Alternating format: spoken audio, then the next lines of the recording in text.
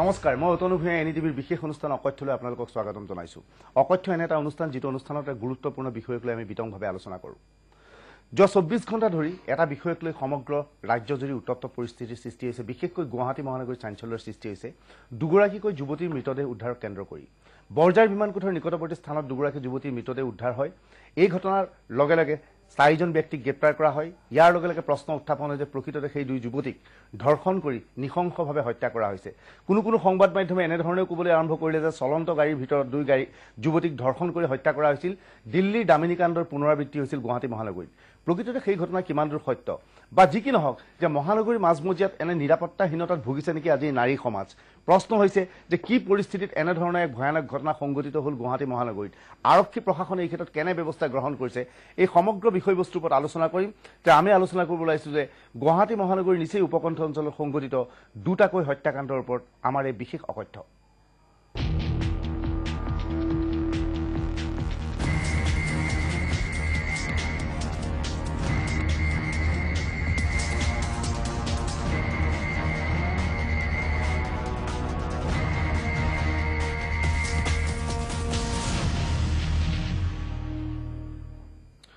দুগৰাকীকৈ যুৱতীৰ মৃতদেহ উদ্ধাৰ কৰা হ'ল।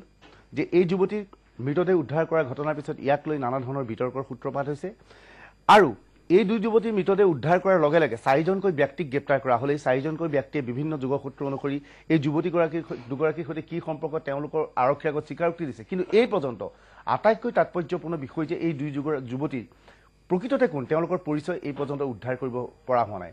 দুই যুৱতীৰ হত্যাকাৰীক ইতিমধ্যে চিনাক্তকৰণ কৰা হৈছে। দুই যুৱতীৰ হত্যাকাণ্ডৰ সৈতে জড়িত 4জন ব্যক্তিক গ্ৰেপ্তাৰ কৰা হৈছে। দুই যুৱতীক কোনোবাই কৈছে ধৰ্ষণ কৰি হত্যা কৰা হৈছে, কোনোবাই কৈছে যে প্ৰকৃততে এইটো এটা ঘটনা সংঘটিত হৈছিল। কিন্তু দুই যুৱতীৰ পৰিচয় এই পৰ্যন্ত পোৱা নাই। এই সমগ্ৰ বিষয়বস্তুৰ ওপৰত আলোচনা কৰিম। কিন্তু তাৰ আগতে আমি কওঁ যে অকথ্য ডেস্কে এই সমগ্ৰ ঘটনা সংক্ৰান্তত 11টা প্ৰশ্ন উত্থাপন কৰিছিল। এটা দুটা নহয়, মুঠ 11টা প্ৰশ্ন এই দুই যুৱতীৰ মৃতদেহক কেন্দ্ৰ কৰি আমি প্ৰথমে দেখুৱাব বিচাৰিছোঁ অকথ্য ডেস্কে প্ৰস্তুত কৰা সেই 11টা প্ৰশ্ন। অকথ্যৰ প্ৰশ্ন নম্বৰ 1, ধৰ্ষণৰ পিছত হত্যা নে দুৰ্ঘটনা? অকথ্যৰ প্ৰশ্ন নম্বৰ 2, যদি হত্যাই হৈছিল আৰক্ষী থানালৈ নিজে আহি কিয় দুৰ্ঘটনাৰ খবৰ দিছিল গাড়ী চালকজনে?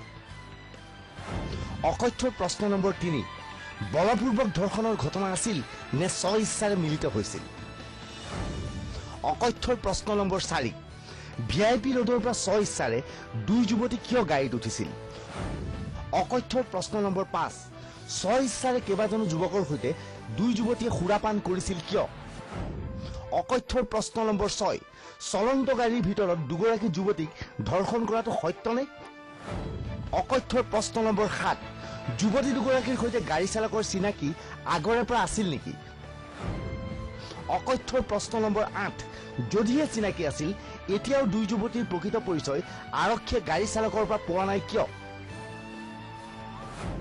অকথ্যৰ প্ৰশ্ন নম্বৰ 9, যদিহে দুৰ্ঘটনা হৈছিল তেনেহলে চিকিৎসালয়লৈ নিবলৈ চালকে নিবিচাৰিলে কিয়? অকথ্যৰ প্ৰশ্ন নম্বৰ 10, যদিহে দুৰ্ঘটনা হৈছিল মৃত্যুৰ পিছত মৃতদেহ পেলাই দিছিল কিয়? অকথ্যৰ প্ৰশ্ন নম্বৰ 11, কি উদ্দেশ্যৰে বৰজাৰৰ ফালে গাড়ীখন নিয়া হৈছিল? এয়া আছিল আমাৰ 11টা প্ৰশ্ন। এই প্ৰশ্নৰ উত্তৰ নিশ্চয় আমি বিচাৰিবলৈ চেষ্টা কৰিম। আমি মহানগৰ জ্যেষ্ঠ আৰক্ষী অধীক্ষক আনন্দ প্ৰসাদ তিৱাৰীৰ সৈতে যোগাযোগ কৰিবলৈ চেষ্টা কৰিছিলোঁ, কিন্তু মুখ্যমন্ত্ৰী তৰুণ গগৈৰ চৰকাৰী বাসগৃহত আৰক্ষী প্ৰশাসনৰ এখন বৈঠক অনুষ্ঠিত হোৱাৰ বাবে সেই বৈঠকত তেওঁ অংশগ্ৰহণ কৰিবলগীয়া হোৱাৰ বাবে তেওঁ অনুষ্ঠানত অংশগ্ৰহণ কৰাৰ পৰা বিৰত থাকিল বা অনুষ্ঠানত অংশগ্ৰহণ কৰিব নোৱাৰিলে। এই পৰ্যন্ত আমি যি তথ্য আপোনালোকৰ আগত দেখিছোঁ সেই তথ্য আৰক্ষীৰ পৰা তথ্যৰ ভিত্তিতে আমি এই তথ্য অৱগত কৰিছোঁ। এই তথ্য আমাৰ নহয়। পুনৰ দৰ্শকসকলক জ্ঞাতাৰ্থে জনাওঁ যে এই তথ্য আমাৰ নহয়। আৰক্ষীয়ে যি তথ্য লাভ কৰিছে আৰক্ষীৰ তথ্যও হৈছে আৰক্ষীৰ অনুসন্ধানত পোৱা তথ্য এয়া নহয়।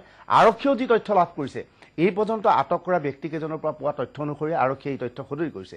এই পৰ্যন্ত আৰক্ষীয়ে আটক কৰা সমগ্ৰ ঘটনাটোৰ বিষয়বস্তু চাবলৈ গ'লে এনেধৰণৰ ঘটনা সংঘটিত হয় যে আৰক্ষীৰ ওচৰত যিজন কিশোৰ দাস নামৰ গাড়ী চালকে স্বীকাৰোক্তি দিছে। তেওঁ কৈছে যে VIP ৰোডৰ পৰা এই দুই যুৱতীক তেওঁ উঠাই লৈ আহিছিল আৰু কিয় উঠাই লৈ আহিছিল সেই প্ৰশ্নৰ বিষয়ে আৰু বিনিময়ত দুই যুৱতীক 1400 টকা দিছিল বুলি আৰক্ষীৰ ওচৰত তেওঁ স্বীকাৰোক্তি দিছে।